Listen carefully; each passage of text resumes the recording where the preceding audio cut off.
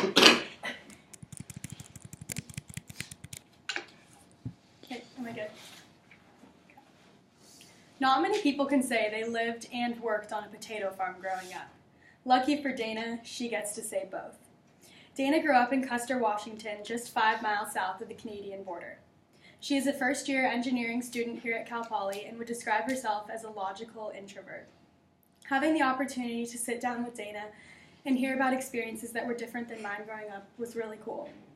I will begin by telling you a little bit about her experience growing up on a potato farm and follow by sharing with you how her hobbies and interests landed her here in SLO. Dana and her family live in the woods surrounded by potato farmland in the small town of Custer, Washington. Her great-grandpa started the potato farm when he immigrated from Germany to the U.S., and it has been passed down in her family ever since. She has loved living on the potato farm and thought it was a really great way to grow up. During the summer, she would help out in the greenhouses, taking leaf samples and testing for nutrients in the soil. Dana's experience growing up facilitated her love for math and science that has brought her here to Cal Poly. She knew she always wanted to do something math and science oriented in college, but she was tied between her love for softball and her aspirations to become a civil engineer. As we heard in her cultural artifact speech, softball was a really big part of her life. Softball was a way for her to bond with her older sister and dad growing up and gave her the amazing opportunity to travel to Cuba to play with the Cuban national team.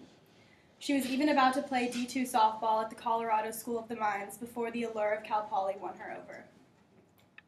Dana had to make the really hard decision of whether to keep playing softball or to come to California for a better education. Academics and leadership have always been really important to Dana.